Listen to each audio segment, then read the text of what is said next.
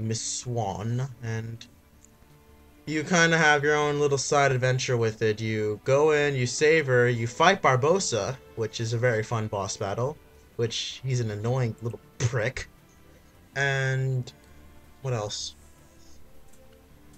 Nah, that's pretty much for the first part when you go in there. He's a very annoying Yeah, prick. because it's the whole thing about the gold and whatever, Oh yeah. You or get the doubloons. yeah the cursed medallions. You have they all the pirates steal them. So there's actually you actually have to think strategy wise for this world, which is kind of annoying, but it's still pretty fun. So I enjoyed it very much. And so then you go. So that happens, and you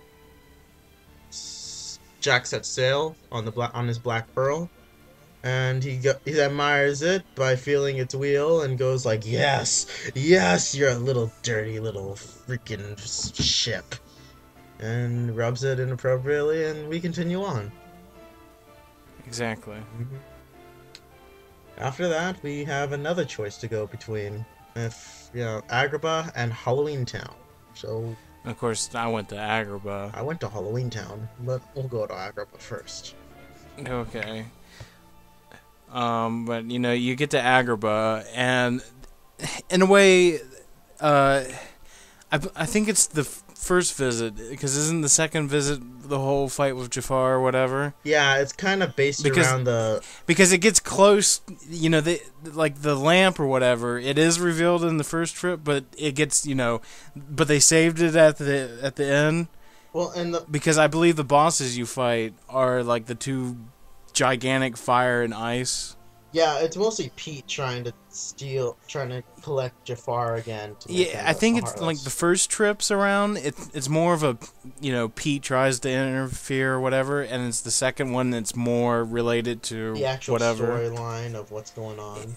Because the lamp is involved, but they save it and then they seal it in that stone tomb or whatever. Yeah, and let's see. So they go in, you fight these fire and ice boss. Uh, yeah. Oh, and you also get one of my favorite combo attacks with Aladdin. It's like a quick step deal. You fly around all speedy fast, and then at the end he's like, "Well done, Sora!" And then he snaps his fingers, and the entire world just blows up, and you kill everything inside. So it's really cool. It's very cool. One of my favorite ever's. I actually have like a couple favorites, but other than that, that was very epic.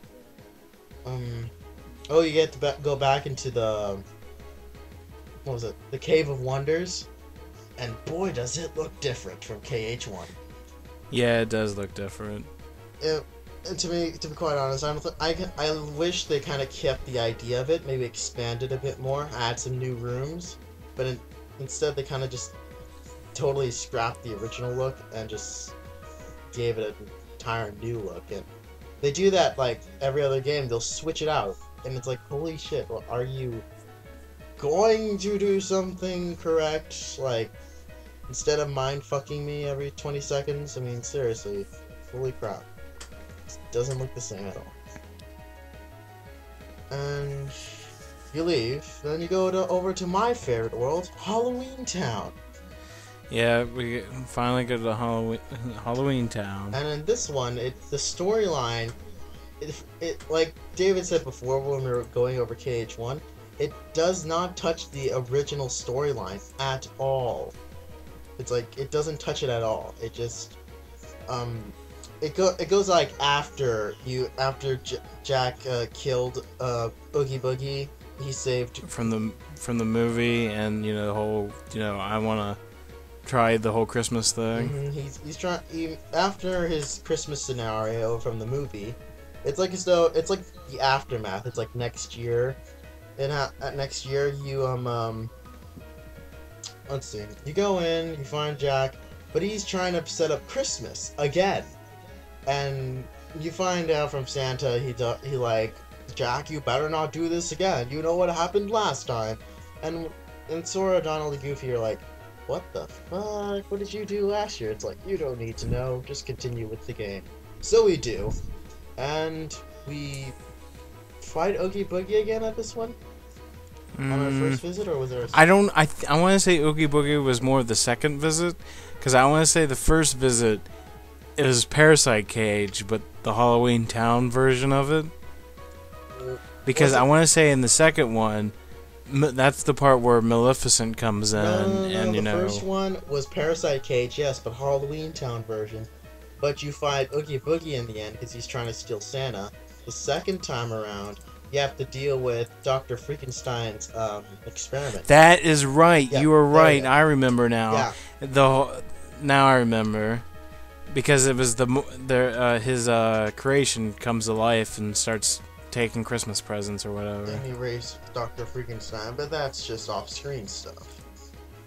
Because yeah, that's in the second. Now I remember. Yeah. Because Maleficent, she finds Lock, Shock, and Barrel, and she's like, "You want me to bring back your old master or whatever?" Yes, I want my pimp daddy back. And like, you know, she brings him back, but you know, his energy is kind of he's still tired from being resurrected, and once he gets he seems to get a problem where it's known as like memory loss in a way. Yeah, when after he came back, he's asking like, what did they do to me again? They squashed you like a bug.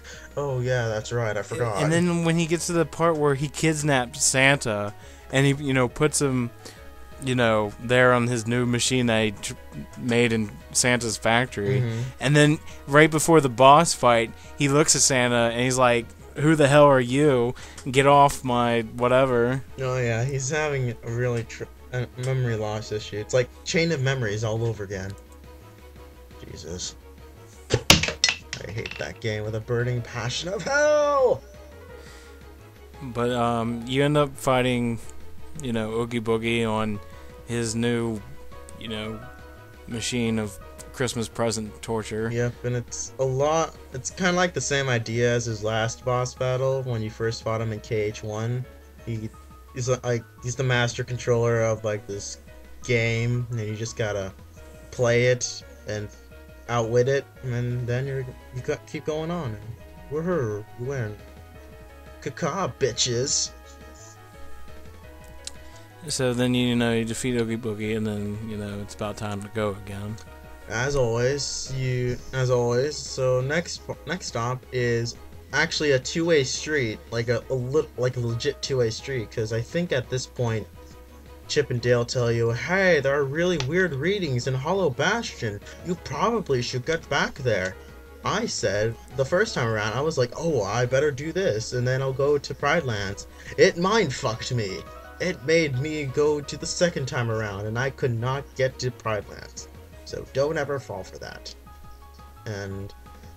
But, just for sake of time, we can say we go to Pride Lands the first trip. Yep. So you have the option to go either or. I say just go to Pride Lands, so then you can just get through the second visit much more quicker. But I do like, when you first go into Pride Lands, it shows that scene from the movie with, Simba. Oh, Simba getting in that Cannon Valley or whatever. And, the herd of buffaloes or whatever are coming down. I think they're water buffaloes, now that I think about it. Yeah. But, they're, "Arr!" and Simba's like, "Oh, shit!" And Mufasa's like, "Simba!" Yeah, and then, Mufasa, gets Simba somewhere safe, but then you see Mufasa fall, and he's just falling, he's like, "Piss!" And then he's like, "I killed you!" And then he wakes up, and it's like, "Holy shit!" And he's in his little area in the movie. So, but this is like one of the worlds I've always thought that did a lot based off the movie. It really did. I mean, it really followed the storyline a lot, like completely. And you get to be a little lion. It's like, holy shit, oh my god. You can lose your forms and whatever, but still it's like, oh my god, I'm a little lion. Jesus Christ. But of course, at this time, Scar, has taken over Pride Rock, and it's like that time period where if you watch the movies, it's like after Simba's grown up and he's in his little oasis with Timon and Pumbaa. Yeah, he's hanging out with Timon and Pumbaa at this point. And he's, big lion. Yeah, he's a big boy now. So you meet what was her name? Damn it, Nala. Yeah, no. Yeah, Nala finds you, and she's like, but no time for Elton John to sing. I know, what the fuck. No, we're serious. Once Sora, Donald, and Goofy come in, we get rid of anyone who ever sang in any Disney movie. The saddest part is that they got rid of Matthew Broderick. He did not reprise his role. I loved him for the voice of Simba. He was amazing. And he sung really good, too. Really good. But anyway, Nala's like, you should be our king! So, of course, as any logical anime kid would, any anime kid would do, would be like, fuck yeah, motherfucker! And then he goes to his friends, oh no, I'm just kidding, I'm just gonna be a humble guy. But he really turns around and it's like, give me the fucking crown! But yeah, and it gets to the point where he does go back to Pride Rock, and then you have nephew versus Uncle Scar. And it's like kind of like the same deal with the movie. It's like Simba is like hanging on, Scar is doing the exact same thing he did with Mufasa, but he's like, oh, I've seen this thing before. And it's like, my big secret? I killed Mufasa! I wanted to do it like that, but that works too. And he goes, fuck no, bitch! And he takes him down, and it's like, say it out loud, you motherfucker! And he goes, I killed Mufasa, louder. And it's like, holy shit! And so you have a big ass boss battle with him, and he becomes a freaking Heartless. Like, holy shit. This is actually I know. Oh, and Pete's here too, by the way. And he's a fat ass. Yeah, he's a fat ass lion. I think he's just a cat. He's just really fat. That's all I think. Right. Oh, but yeah, you have you fight Super Scar. And this is actually a really cool boss battle because this is the first time a villain actually becomes a Heartless. Because like in the movie, Simba throws him off the rock, and he falls to his death. And then he just like comes out of nowhere, like of darkness. And this is like Super Satan Scar. And he's like, haha! He jumps around, he explodes shit. I know, he's like vicious. I know, he's like legit lion at that point, and I'm so glad you're a lion too, because now it's kind of fair ground to a point, And then Simba's like, your attack with him is like, it's really cool. It's kind of like the twin Howl with Beast, but this time instead of you kind of mocking Beast, this time you're equal to a point. So it's like, hells yeah. Destroys Heartless Scar and the world is safe for the time. And then you leave and you go over to the halfway point of the game, really. Hollow Bastion Part Now we go back to where I was talking about the whole Tron thing. I think the Tron thing you can tackle beforehand, like during Agrabah and Halloween Town. I think you can go to Tron's world, but then after that, I think, I'm not 100% sure, but maybe you just go to Tron's world, then you continue on with everything else. Like that's why I went to like Tron's world, and then I did whatever I had to do there. And according to this, you leave, Mickey shows up, Sora's trying to get answers to find out where Riku is. Mickey's like, I can't tell you. And then I made a promise. You really want to bitch slap Mickey at this point, but he's still King Mickey, so you can't really do that, unfortunately.